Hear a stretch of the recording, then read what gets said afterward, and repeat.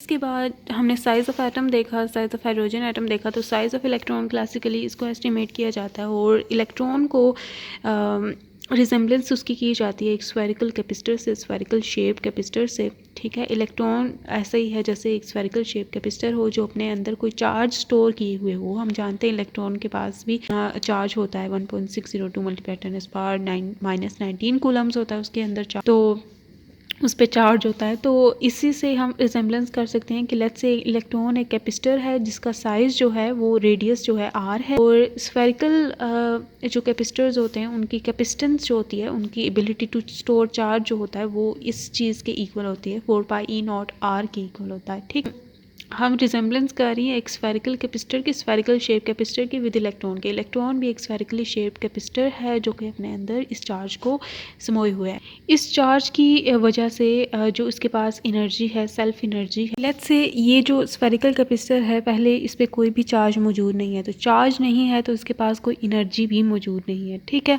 तो अगर हम इलेक्ट्रॉन की सेल्फ एनर्जी निकालना चाहते हैं कि उसके पास अपने होने की, एग्जिस्ट होने की क्या एनर्जी है, तो उसके लिए हम क्या करेंगे कि जो एनर्जी चाहिए होगी इस वेकेंट कैपेसिटर पे ई चार्ज प्रोड्यूस करने की। ठीक है, कि हम ट्रांसफ़र करें ई चार्ज इस कैपेसिटर के जिसकी इनिशली जो चार्ज है उस पर ज़ीरो है, तो ई चार्ज इस पर अगर हम ले आएंगे तो वो इलेक्ट्रॉन बन जाएगा, इलेक्ट्रॉन जैसा। तो जो एनर्जी इसके पास जो एनर्जी हमें चाहिए होगी टू प्रोड्यूस अ चार्ज या to raise a charge from zero to e on that spherical capacitor, वो एनर्जी होगी जो इलेक्ट्रॉन के पास, उसके पास ऑलरेडी, मतलब जो इलेक्ट्रॉन के पास एनर्जी है, क्योंकि वो तो ये चार्ज रखता है ना। तो अगर हम ये एनर्जी फॉर एग्जांपल निकालना चाहें तो वो कैसे होगा कि जो एनर्जी चाहिए होगी टू रेज इस charge from zero to e, that energy will be the energy acquired by electron. तो वो एनर्जी ये मैं बाद में रिकॉर्ड कर रही हूँ, इस वजह से ये आगे मैं ऐड करूँगी।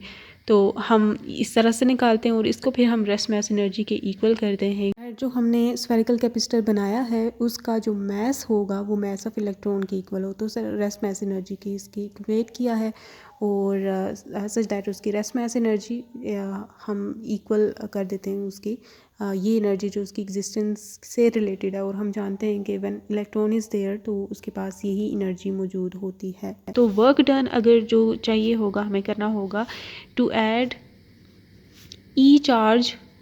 ठीक है, ई चार्ज इसमें स्टोर ऐड करने के लिए to this spherical capacitor electron. तो ये मतलब थ्योरेटिकली हम बात कह रहे हैं कि लेट्स से पहले इस पे इनिशियल चार्ज बिल्कुल ज़ीरो था, तो ज़ीरो से उसको ई चार्ज पे लाने के लिए वही एनर्जी मतलब इलेक्ट्रॉन के पास होगी, जिसे हम कह सकते हैं सेल्फ एनर्जी। तो ये बाय फार्मूला इक्वल होता है 1/2 Q²/c के। ठीक है, 1/2 Q²/c ये एनर्जी है जो कि रिक्वायर्ड होती है कोई भी Q चार्ज डालने के लिए इन अ एनी कैपेसिटर। लेकिन स्फेरिकल कैपेसिटर का केस तब जब बन जाएगा जब C में हम स्फेरिकल कैपेसिटेंस का फॉर्मूला ऐड करेंगे।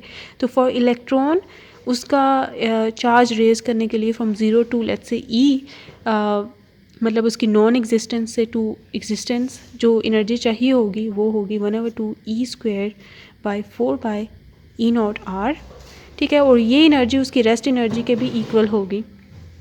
ठीक है, from non existence to existence में आने के लिए जहाँ से चार्ज आ गया वैसे ही ऑन द कंट्री उसका मास रेस्ट मास एनर्जी भी होती है।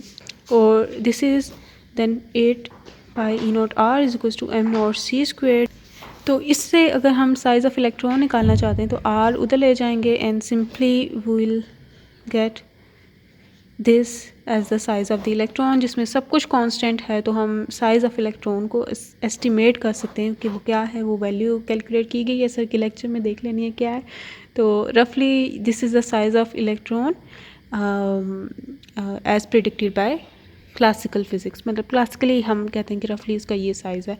उसकी चार्ज की प्रॉपर्टी और उसकी रेस्ट मास प्रॉपर्टी को एनर्जीज़ को इक्वेट करते